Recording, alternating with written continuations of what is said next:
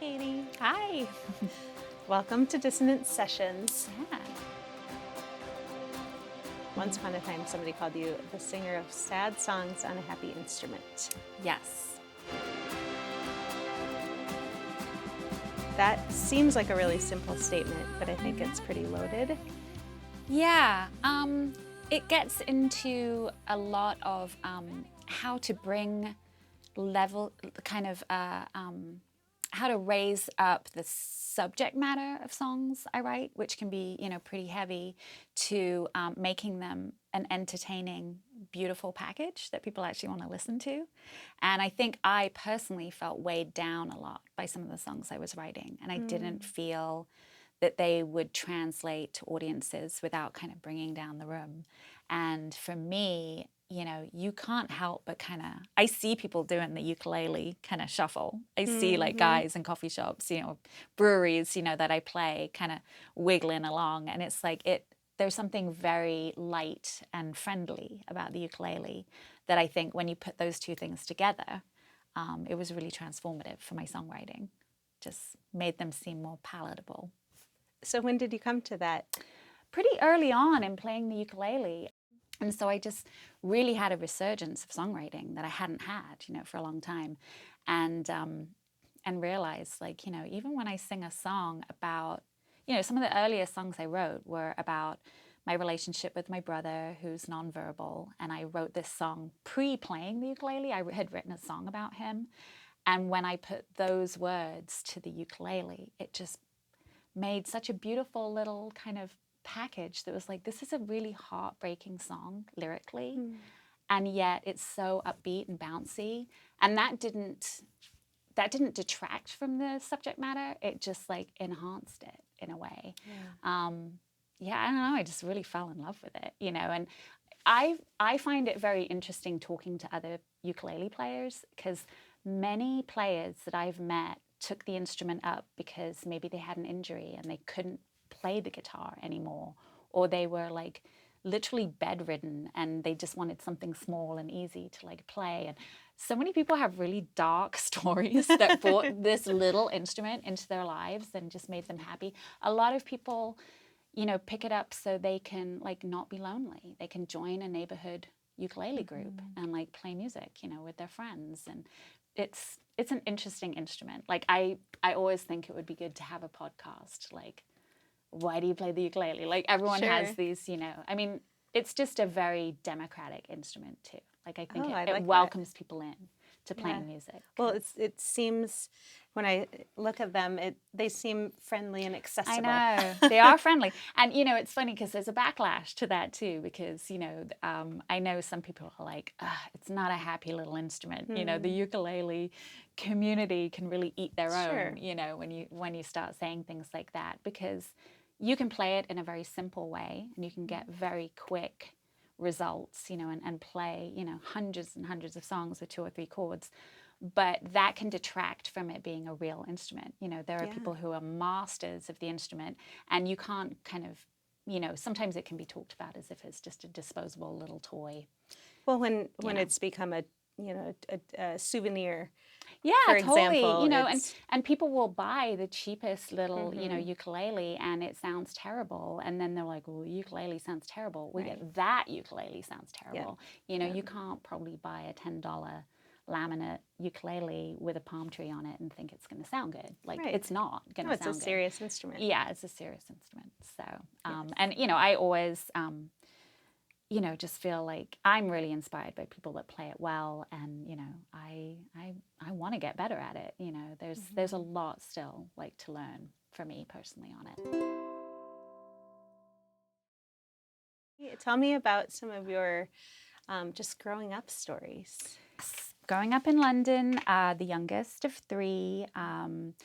My dad was, he worked for the government. He was very busy, career civil servant. We had a house in a place called Dulwich, which is not really known for anything, but it's a beautiful little leafy, it feels like a suburb, but it was within London. And my mom always kind of had part-time jobs. She ran her own like daycare for a while, like not on site in our home, but like locally for like underprivileged kids. So she got sick when I was 9, and she battled non-Hodgkin's lymphoma for 3 years. She was in remission for a year. So between the ages of like 11 and almost 12, she was home more and she was well. But then, you know, when I was 12, she passed away. So yeah, it was rough, sad. And so I definitely started writing. I started to realize that I could write my feelings down about that stuff, and someday combine it with music. Like, it didn't happen right away, but, you know, it began to be kind of a creative outlet for that. Yeah. How did you know how to do that?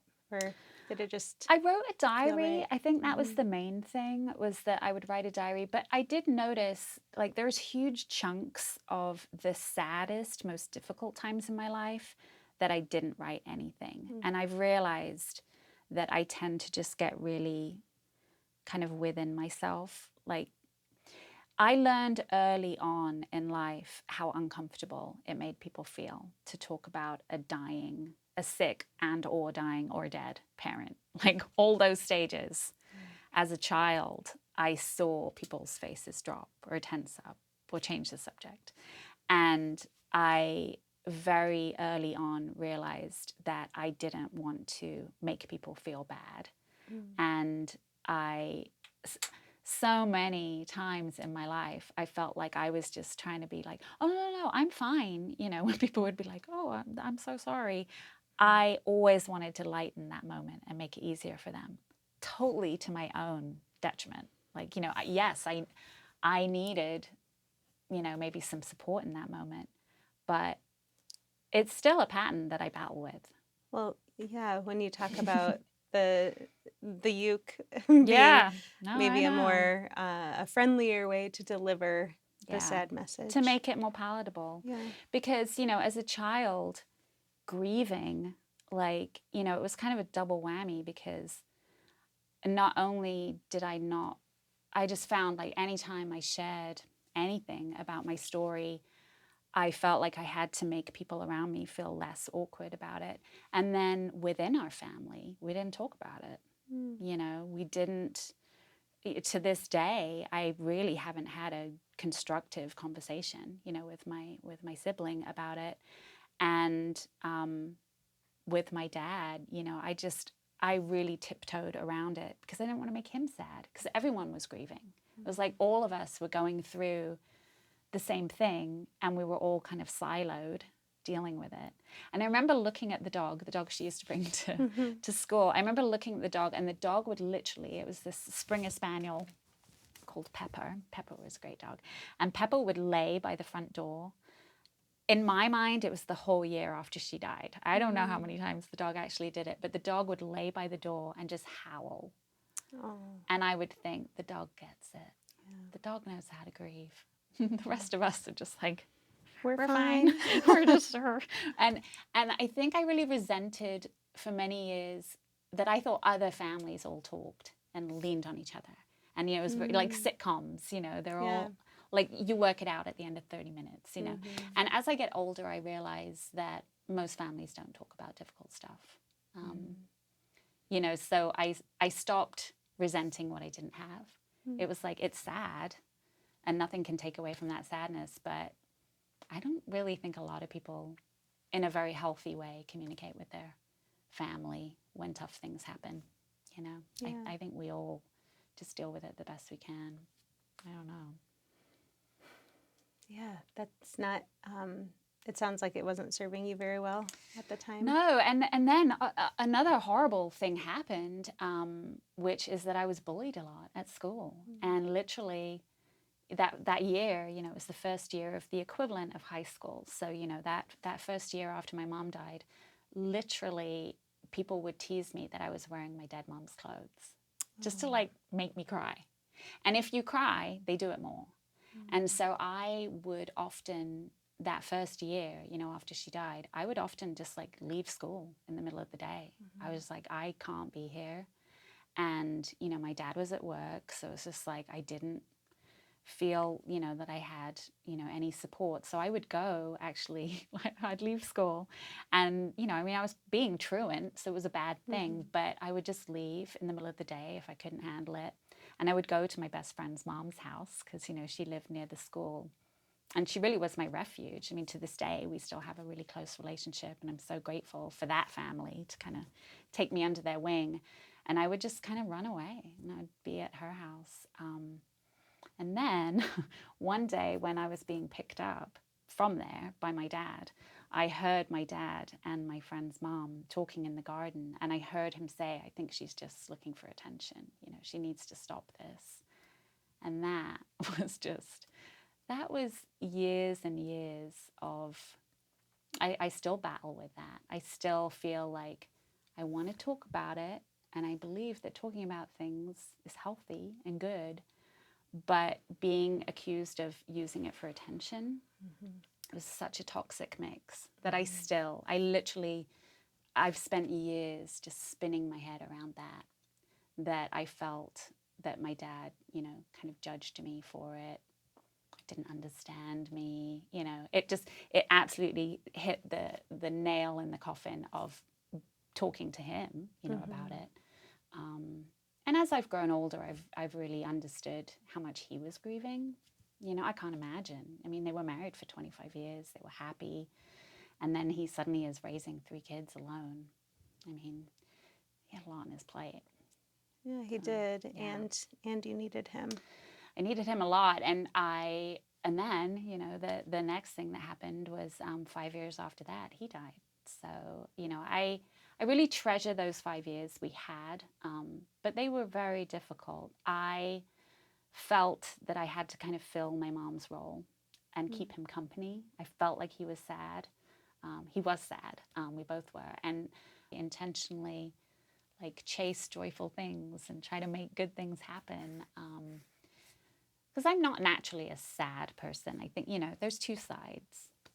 And I guess I'm always just trying to understand where the sadness comes from and feel like, okay, that's understandable, but I need to make good choices and be a good person. And I have so much in my life to be thankful for. I mean, I have a happy home life. I have 2 healthy kids. I mean, that's all great. I think I really, really have a heightened appreciation of all of that. I can't really talk about how I feel when I'm really down. I probably mask it pretty well. And I can always put on, a cute little Instagram post, smiley face. And I can even perform when I'm really, really, really low. And so people around me don't know I feel that way. And it's only when I start to kind of climb out of it, I go, by the way, I've been feeling really, really bad, like this whole last month. I'm on medication, which evens it out because the swings used to be really high and really low. And I'm on a daily antidepressant, which really helps with that. And just kind of even it out. For many, many years, I used alcohol to make myself feel better and numb my feelings. And for 7 years, I haven't been doing that. So I've had to find definitely other ways to do it. And some of it is just trying to make peace with the fact that sometimes I'm really, really low and trying not to overanalyze it and be like, well, you're low because you haven't hit any of your career goals. You're low because you don't have any friends. You're low because you don't make enough money. I will start to label all the reasons, and of course then I spiral and I get even worse because you can always find things, So if I try not to label it and just look at it as more of a health condition, like I'm having a low time right now, and I just need to be nice to myself. I need to be gentle with myself. I need to put on a movie I love. When you're really, really low, you don't even enjoy the movies you love. For me, that's one of the ways I know. I don't even have the patience for it. Nothing interests me. And you're like, oh yeah, that's one of the check marks on the form. Do things that usually bring you joy, not bring you any? And I'm like, no, they don't. But I still just, so it's a combination of just shutting out the extra negative voices, allowing myself to feel bad, luckily knowing that I'll come out of it, because I've gone through, it's almost like PMS, which, like this is going to be the week from hell and I will feel better. And having gone through these spirals now so many times in my life, I do know it will go away. I do know I'll feel better. And so I kind of try to wait it out, and then when I come out of it, I'm like, oh yeah, I felt so bad. And people are like, what? I'm like, yeah, I don't talk about it when I feel bad. I think I just get kind of quiet, Yeah. So these depressive episodes that you're describing, how have you attended to them beyond medication? And then, like you're saying, in the moments, I know I need to kind of just be still a little bit more. I think having a long-term relationship with someone who, my husband and I have been married almost 30 years, Wow. which is amazing. Lots to be thankful for there. It has helped me to have his perspective, because he can see it happening. Okay. And he can remind me that I'll come out of it. That is priceless. I mean, that's really, really great. It's still a very solitary thing, though, because, I'm the only person dealing with the crap in my head. So the automatic negative thoughts. Totally. They're on a tape. Show up. Yeah. Yeah. And what my dad said about me, in the garden that day. And, the crazy thing is, I might have misheard him. Like, I have all this junk, in my head about that. I wrote a song about it many, many years ago on my first record with an old band. And the song is called When Did I Learn? Which was a perfect example of, putting this stuff to music. And I wrote a song that said, when did I learn? When did I learn this vocabulary? When did I learn to put myself down? When did I learn to criticize myself? When did I learn that I'm always seeking attention? And all of that stems from that kind of unresolved. It will always be unresolved, because I never had this discussion with my dad, like, about what he meant and how he really felt, about it. But I just constantly go back and forth between, I want to tell people, I want to talk about grief and normalize it and find allies and find comfort talking with people, but I don't want to be attention seeking, and I don't want to talk about something that happened, 30 odd years ago for the rest of my life, because I just want to be happy and healed and better. So I ping pong back and forth, and that's what spins around in my head all the time. I'll put something out on social media that is like kind of a mental health awareness kind of thing. And even the people going, oh, Deanne, sending you hugs. I feel bad for the hugs that people are sending me, because I'm like, oh, I didn't mean to try to get too much attention. It's really toxic. I don't know. I have You a long really way to battle go. with yourself about if you're worthy of that. Yeah, not only worthy of it, but it seems just so attention seeking, in a way that, like, I want a lot of attention for music and singing. I want everyone to be like, she's the best singer I ever heard. Like, it might not be true. We have Joyanne Parker's poster in this room. She's probably the best singer I've ever heard. But I want praise for things I've done. I don't want sympathy for things that happened years and years ago. But I do want understanding. So it's like, yeah, it's hard. Yeah. Well, maybe you can reconcile that even though it happened 30 years ago, it's still happening today in your thoughts and feelings. Again, I have to look at it as a health condition. I have to stop overanalyzing it as me and my personality and the things that I overthink and are wrong with me. I have to just kind of understand that it's just health, and my mental brain chemistry health needs to just be a little flattened out. Not to the extent that, it would be with alcohol, which was very destructive to me, but just to the point where I feel like it's just more manageable. I always thought that I was grieving. I mean, I was grieving, and I always thought, why can't I get over this? When is this going to stop? When is this cycle of self-pity and sadness just going to end? How do other people get on with their lives and function?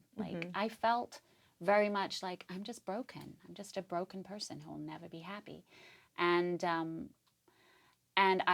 it was only when I got sober that my doctor kind of pointed out to me, like, I actually got diagnosed with generalized anxiety and depression.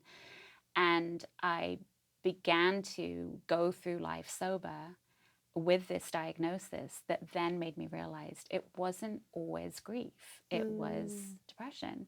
And that's how I'm now able to view my depressive episodes, because they haven't magically gone away. Sure. But it's like, oh, this is a physical thing that's happening to me. It's not my fault. I can't talk myself out of it. I always thought I could talk myself out of it. Can, like, just don't be so sad, or Yeah, put on the happy you know, face. pull your socks up. You know, Yeah. you've got so much to be happy about. You know, and I've even had friends over the years who are like, well, you know, I don't have any reason to be depressed. Like, you do. And I'm like, oh, no. Like, you don't want to play the kind of sadness Olympics where, like, you deserve to feel sad, you know, and I don't. It's like, no, even with everything good happening in your life, it's literally a health condition. Like, you need to look at it that way and treat it that way. So I do still feel like grief plays a big role in my life, but I think that I merged the two in my mind when I wasn't sober enough and I wasn't diagnosed and I couldn't understand kind of why I felt the way I felt. Yeah.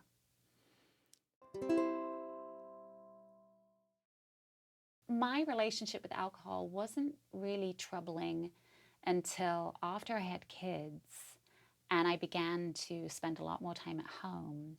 And I would have a glass of wine when I was making dinner. And then that glass of wine got a little earlier and earlier in the day, to the point where I was like opening a bottle of wine at 3 and thinking, I deserve this. It's been a hard day. I'm just going to unwind. And I think there's very much kind of mommy wine culture. Like, I just recently saw, you know, at Goodwill, I love thrift shopping. It's like my way to unwind. But I was out thrift shopping and I saw a glass that said Mommy's sippy cup. And it was a wine glass. Have you ever seen Mommy's juice box? No. Yeah. But I've seen, you know, Mommy's little helper on a wine bottle. I mean, the mommy drinking wine culture, I very much, you know, was just like, I'm a stay-at-home mom and I'm just going to have a little glass of wine. It fit for you. It really fit for me. Yeah. And I was just really numbing myself to, I don't know, like, I hope that my kids, I mean, we've talked about it actually. I've become a much better parent sober. And how old are they now? They're 20 and 19. They're awesome. And I think the number one change I saw when I stopped drinking was I was immediately more present in their lives. Like, obviously, I was paying more attention to them. I didn't start to kind of zone out a bit at 5 p.m. I have a lot of guilt about that, but, you know, you kind of have to let that stuff go. But I think that I was so high, like, I was such a perfectionist and I was so, like, on edge all the time. That's what I was trying to tone down with the alcohol.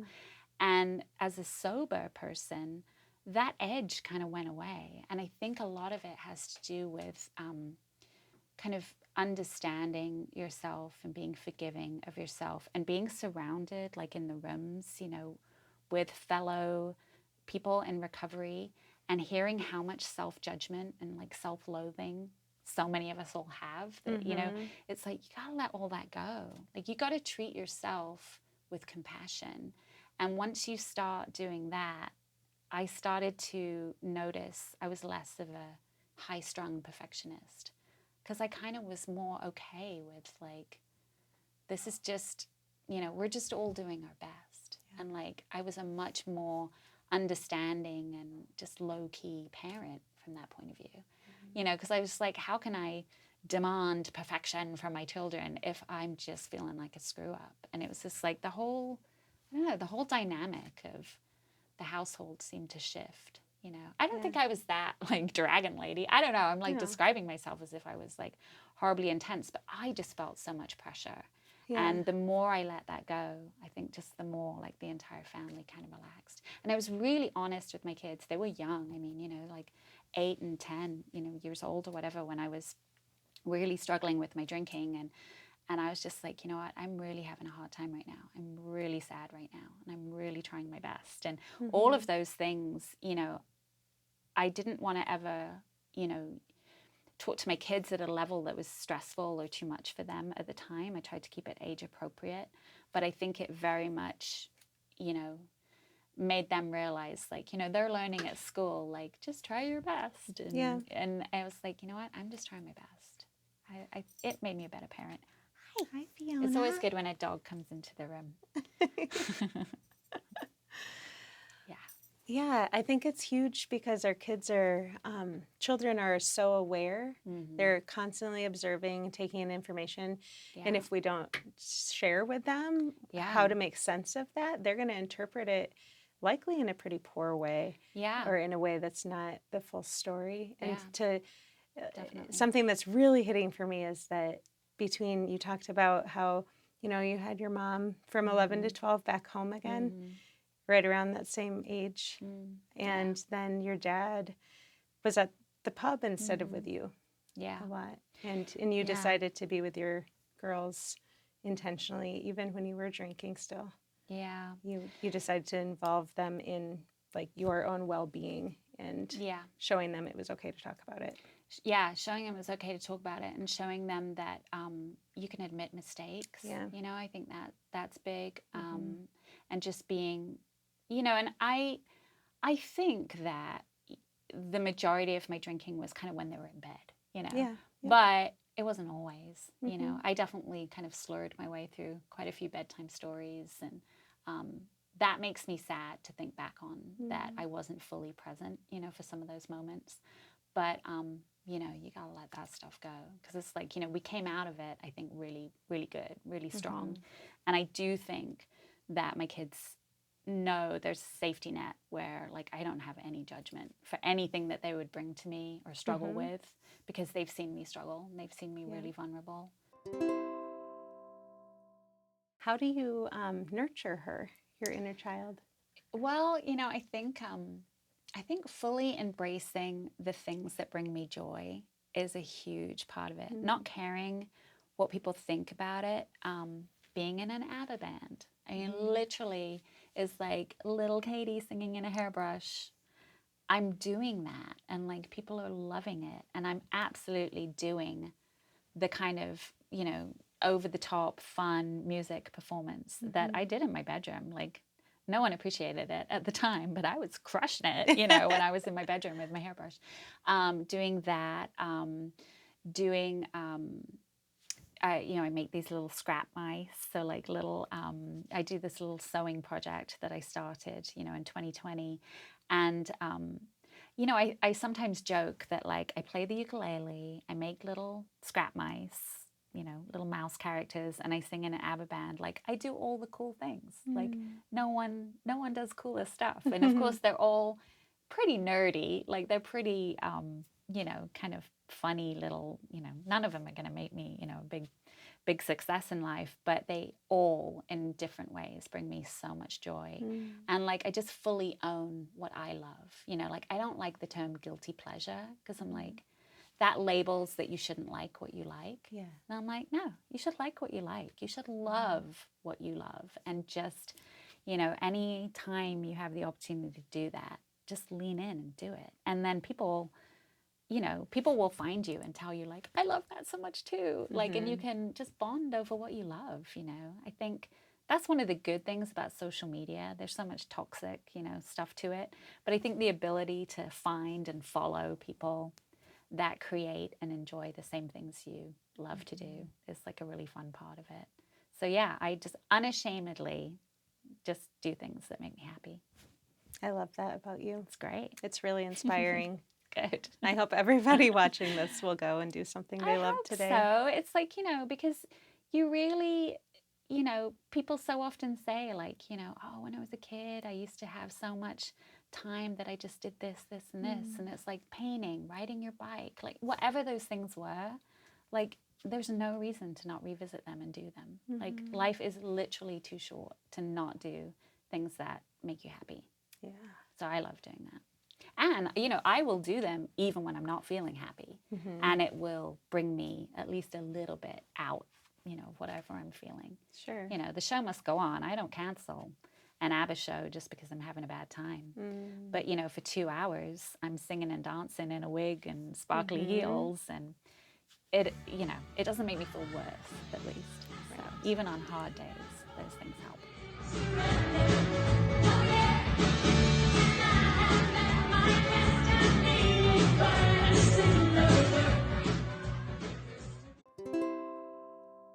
She was on a show called Panorama, which is very much like 60 Minutes. It's like the longest running news show on the BBC, and she was a guest on that. So it's, national TV.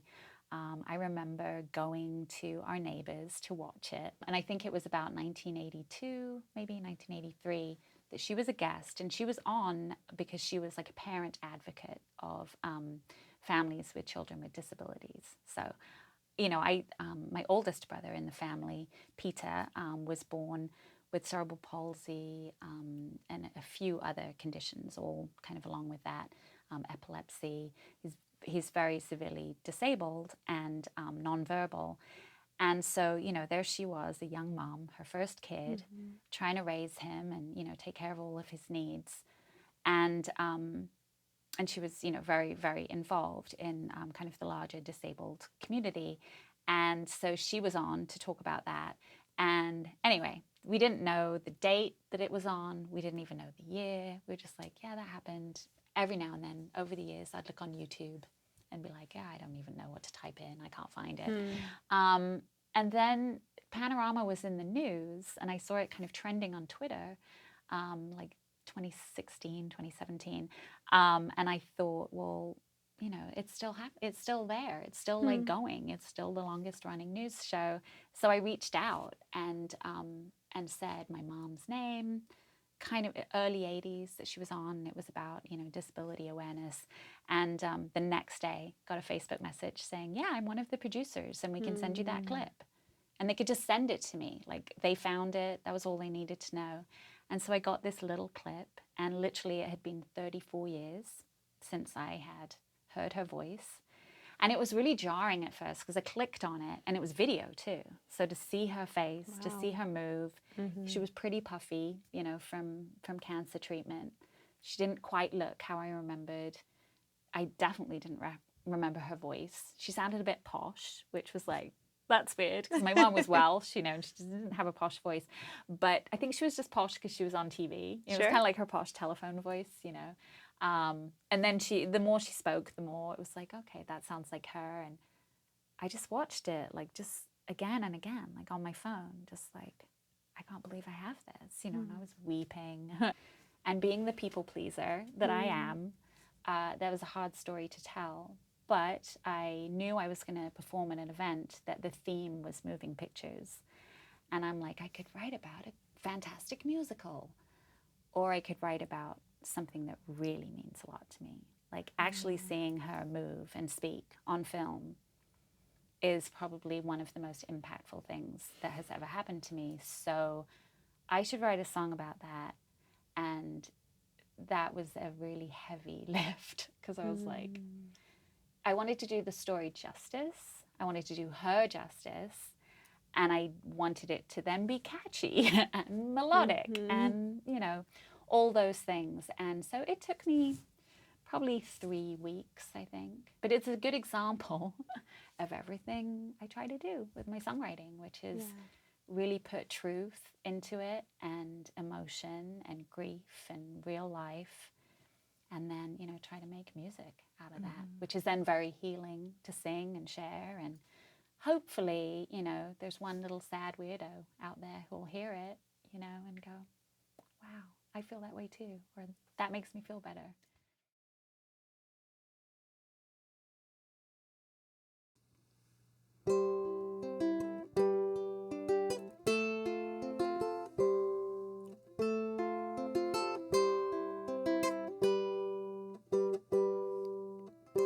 Staring at a photograph, wishing I could hear you laugh, chasing an echo of a whisper.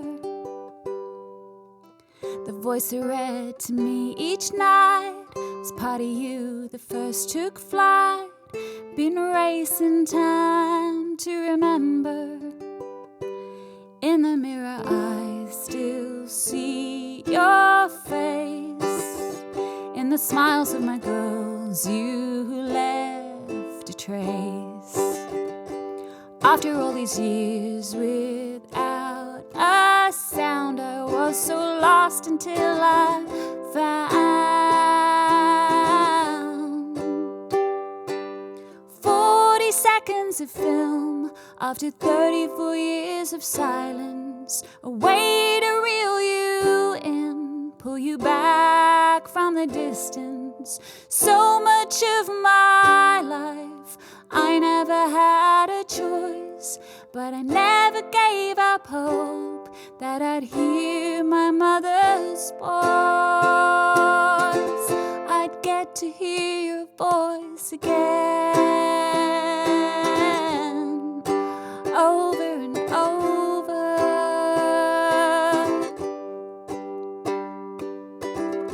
I put you on a pedestal, only made you seem less real, like someone I could not live up to. Now I see and hear you speak, it makes you feel close to me. I found a way to be near you.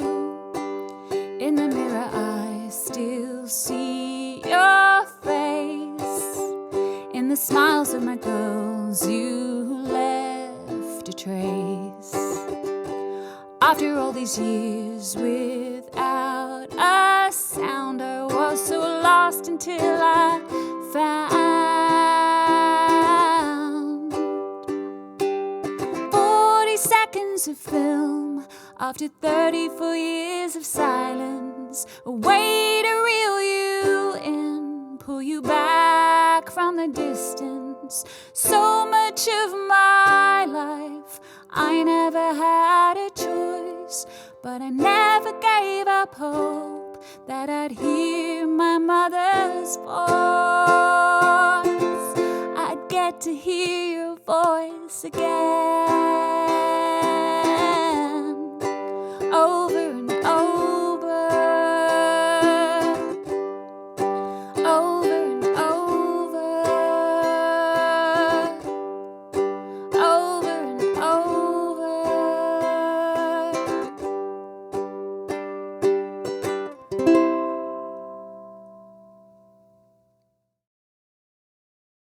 Mentioned that we've known each other as long as I've been in sobriety, and obviously that was what drew me to Dissonance. I found I decided to get sober, tried to do it just purely by myself, white knuckling it, learning all the terms, like being a dry drunk. I was like, what does that mean? I was like, oh yeah, having all those same negative thinking patterns, but just not drinking. But all those patterns are still there, and all of those kind of needs and cravings are still there.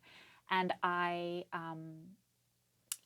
found that being a musician in very early stages of trying to be in recovery, you are literally offered drink tickets as soon as you load into a venue. You want to make the most of your free drinks because they're free. Who doesn't love free stuff?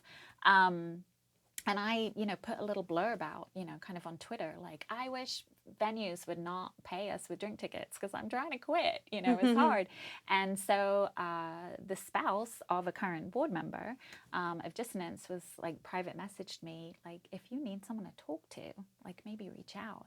And so I did. I reached out to a former board member and for the first time, like spoke to someone I knew enough, I knew of them and I knew their wife more.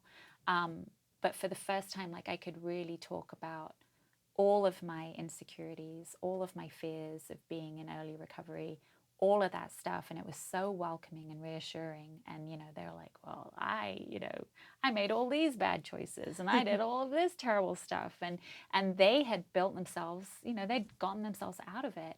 And on the sidelines of that, I had been watching the online kind of events and the discussions and the music, on the panels that you guys, Dissonance was putting out on Facebook. And those two things colliding for me was like, I could find people that understand me and don't judge judge me, because I judged myself way too much. So finding people that didn't judge me and had walked a similar road, plus they're doing cool creative stuff, I want to be a part of that. I wanted to be a part of the panels because I wanted to perform and I wanted to really honestly talk about feelings. Like, it didn't need to even be a sobriety thing. Right. When I wasn't sober either. So I was like, but to be a part of that, I need to do some work on myself, because I want to get to a place where I can at least be trying to get mentally healthy and or sober before I sit in front of people and say, hey, this is how you do it, you know, because I'm not there yet. So it drew me to you guys. Obviously, I did a couple of events with you, and just felt like I just found a group of people that were willing to have just really honest conversations. You know, at our board meetings, we do a check-in, like, about how we're feeling. It's like, it's a good reminder that, you know, I don't think any of us do that enough. You know, just check in. I've struggled with, you know, female friendships my whole life because I think I kind of othered myself, whether, you know, there's just been many reasons in my life why, I don't know, I just haven't really felt like I kind of fit in. So I feel like I fit in with Dissonance. And we're doing events that just normalize talking about your feelings, normalize that it's a sober environment, you know, all of that stuff. It's all good. So I'm motivated to just try to bring more people into that and make events that just feel really welcoming. It's really fun being a part of that. You know, my number one insecurity as an artist is I'm not known enough. I'm not getting the bookings I want enough. I'm struggling. I'm constantly struggling and trying to figure out, you know, what success is. Because am I successful?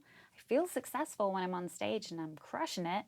I feel really good in those moments, and I try to enjoy those moments, but I constantly feel like I'm not making the career that I thought I could make. You know, not that I've given up, it could still happen, but so having an outlet where you can put other people on the stage and shine a spotlight on other people takes all of that junk about myself and self-promo.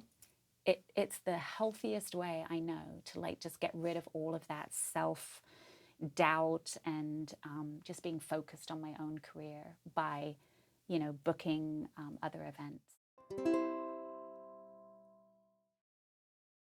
I mean, when I was 21, I auditioned at a studio in town. I was fresh in, you know, from London, and it was my very first, you know, singing audition. And then he said to me, I love that you write your own material. That's really cool. But we don't need that, you know, because we have the songs. You have a really great voice, but we can do a lot, you know, in the studio. So, I mean, it's great. You have a really good voice, but, you know, it's not quite, you know, what we're looking for. But you don't really, and then he looked me up and down. I was like a skinny little 21-year-old. And he said, but you're not quite the package. And I'm never going to be younger than that. I'm never going to be whatever. They will, and it reinforced the bullies at school. You know, I would go home after being bullied at school, and my brother would, you know, kind of double down on it and also say, you know, some of the mean things that kids at school would say. And it was just like, oh, that's, you know, I'm never going to be the package. I'm never going to be pretty enough to be whatever people are looking for. It was pretty crushing. Wow. But I will say, you know, I've become much more confident. I think singing in the ABBA band and just caring less in general, I feel more empowered than ever. Like, even when I'm really, you know, having depressed kind of episodes, I'm like, you know what? I don't really care anymore what people think of how I look and what I do, because I think that there's a real just beauty in seeing people kind of grow into themselves and who they are and embrace who they are. And I don't know, I wanted Shine to be really empowering for all those people that feel other people have told you you're not enough. Like, you are enough, you can shine.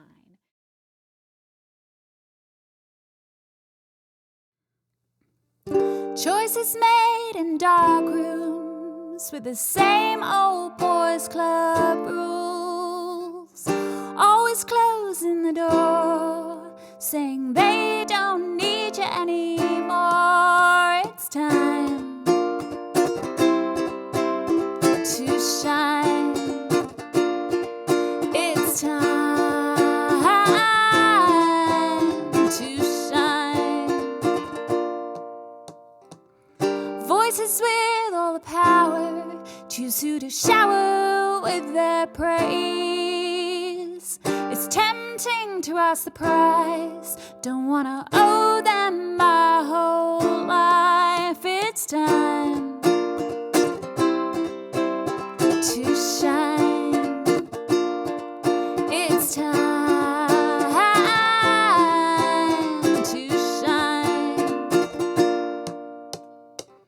If I get 1 foot on that ladder, start to feel like I matter, you can bet I'm gonna reach on out behind, take your hand, lift you up so you can shine. I'm not riding any coattails, I put the wind in my own sails. Gonna steer my own course, I ride or die on my own horse. It's time to shine. It's time to shine. If I get 1 foot on that ladder, start to feel like I matter, you can bet I'm gonna reach on out behind, take your hand, lift you up so you can shine. If I get 1 foot on that ladder, start to feel like I matter, you can bet I'm gonna reach on out behind, take your hand, lift you up so you can shine. Take your hand, lift you up so you can shine. Take your hand, lift you up so we can shine.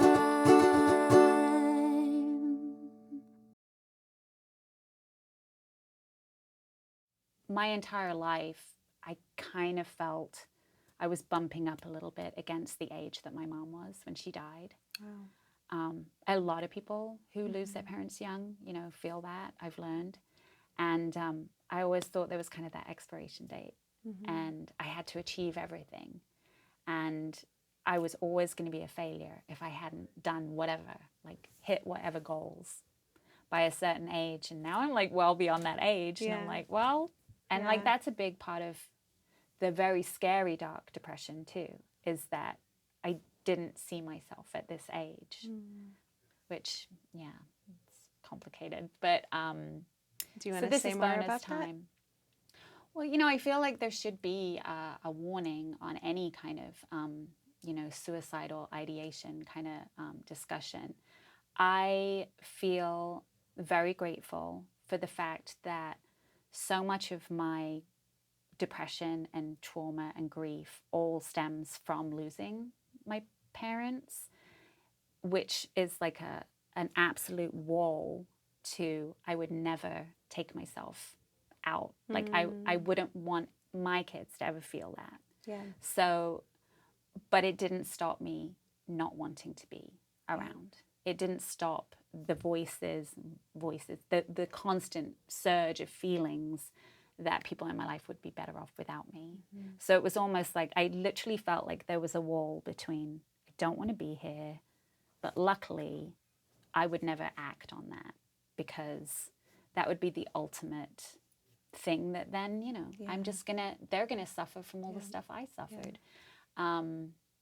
But yeah, it's very, very dark and scary, and that's why medication has been really good for me. And Well, I'm glad that you're working with meds and your own process, partially through songwriting, to make sense of it all. Very and to therapeutic. feel I well. definitely, you know, to a therapist, don't want to say music is my therapy. Therapy is therapy.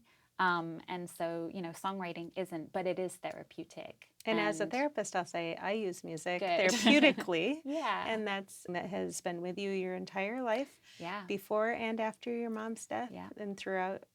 And, Yeah. and I can't wait to see you be an old ukulele on a bus. I'm looking forward to it. Yeah, I definitely feel that there is no end in sight.